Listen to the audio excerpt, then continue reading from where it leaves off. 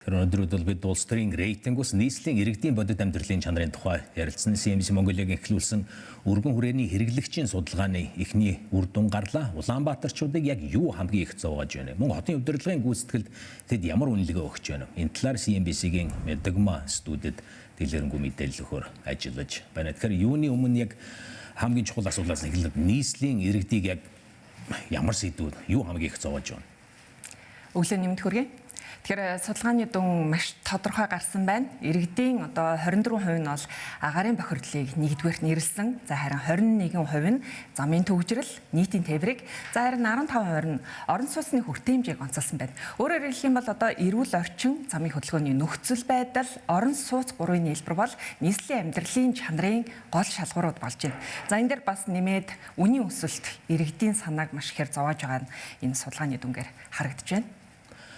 Агаарын бодлогын хувьд бол яг бодит ахиц байна эсвэл зөвхөн ойлголт өөрчлөгсөн төдий гарч ирэн судалгааны үр дүн юу гэж харуулж байна?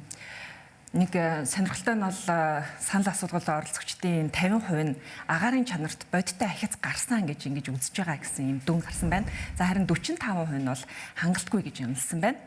За ийм эерэг үнэлгээ сургуйсаа давсан байгаа нь бол тодорхой өөрчлөлт мэдрэгдэж эхэлснийг нэг талаараа илтгэж байгаа юм. Гэхдээ 45% сөрөг дүн болвол бас бодлого бүрэн итгэлцэл үүсгэж амжаагүй байгааг бас харуулж байгаа.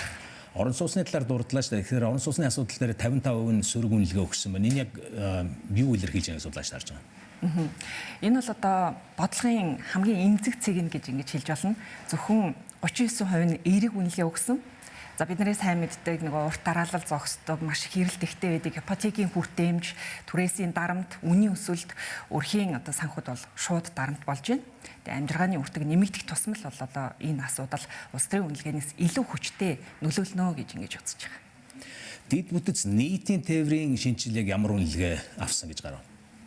Дэд бүтцийн хувьд бол дэд бүтцийн шинжилэл 58% эерэг үнэлгээ авсан.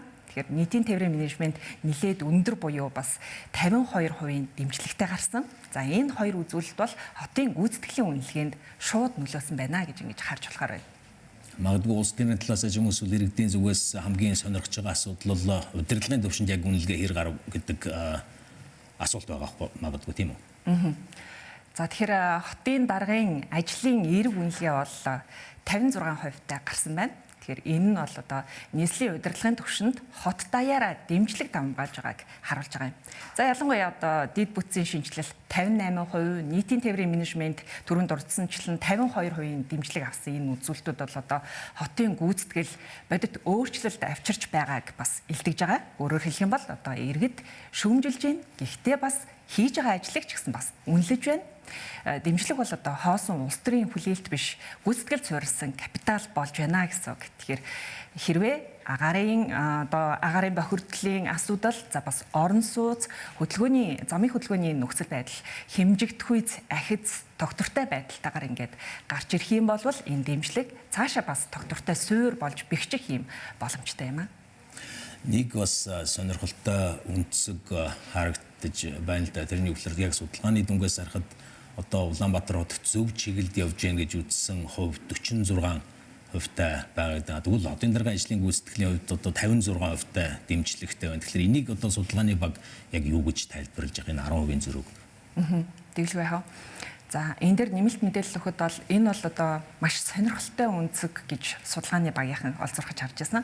За энэхүү 11-ийн зураг бол хотын ерөнхий нөхцөл байдал, иргэдийн үнэлгээ хуваагдмал, за бас болгоомжлолтой байгааг ингээд илтгэж байгаа. За бас үүнийхээ зэрэгцээ хотын даргын хувь гүйцэтгэлийг нийт орчноос тусад нь илүү эергээр үнэлж байгааг бас харуулж байгаа юм. Өөрөөр хэлэх юм бол судлаачдын хэлснээр бол хотын төвшний бохимдол, системийн асуудлууд бол хотын даргын ажлын үнэлгээнд бүрэн шилжиж очиагүй байна.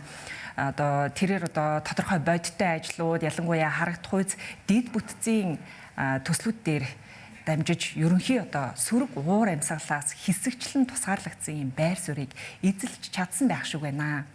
Хотын нийт чек хандлага бол сул хിവэр байсан ч гэсэн хотын даргын хувийн рейтинг харьцангуй өндөр хадгалагдаж байгаанаас нөгөө талаасаа хамгаалалтын давхарг болж өгч чадж байгаа ийм үзүүлэлт байна.